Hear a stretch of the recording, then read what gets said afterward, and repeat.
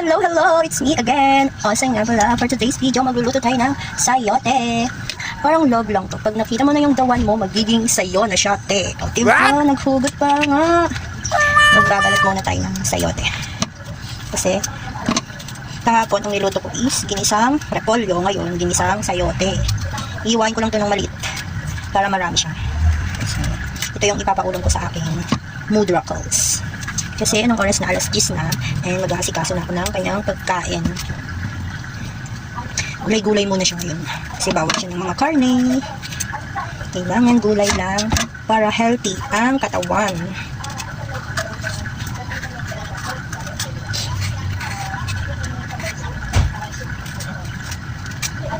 Kailangan din natin alagaan yung ating mga katawan. Iwas-iwasan na natin na maalat. Huwag nang masyadong mag-soft drinks. Yan, kasi yan, natapos ko na siyang balataan, eh, ihiwain ko naman na.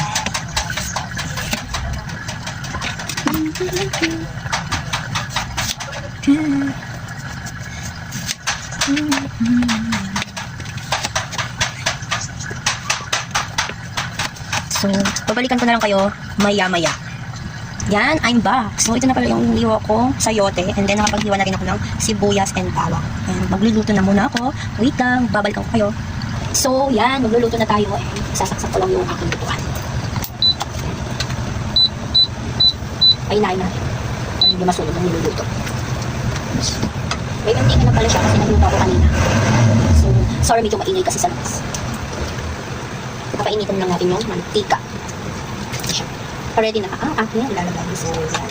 Ganit lang pala yung lulutuin ko kasi pang ulam lang naman. Baka masira pag madaming niluto. Kalahati lang ng sayote. Iniwayiwa ko lang siya ng maliliit.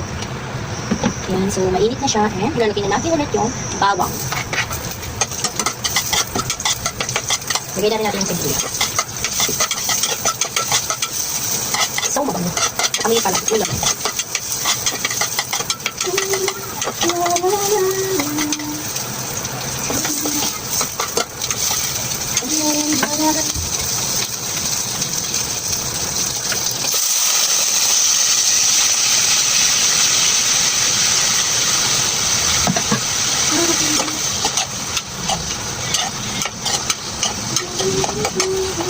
Lalagyan natin ng asin.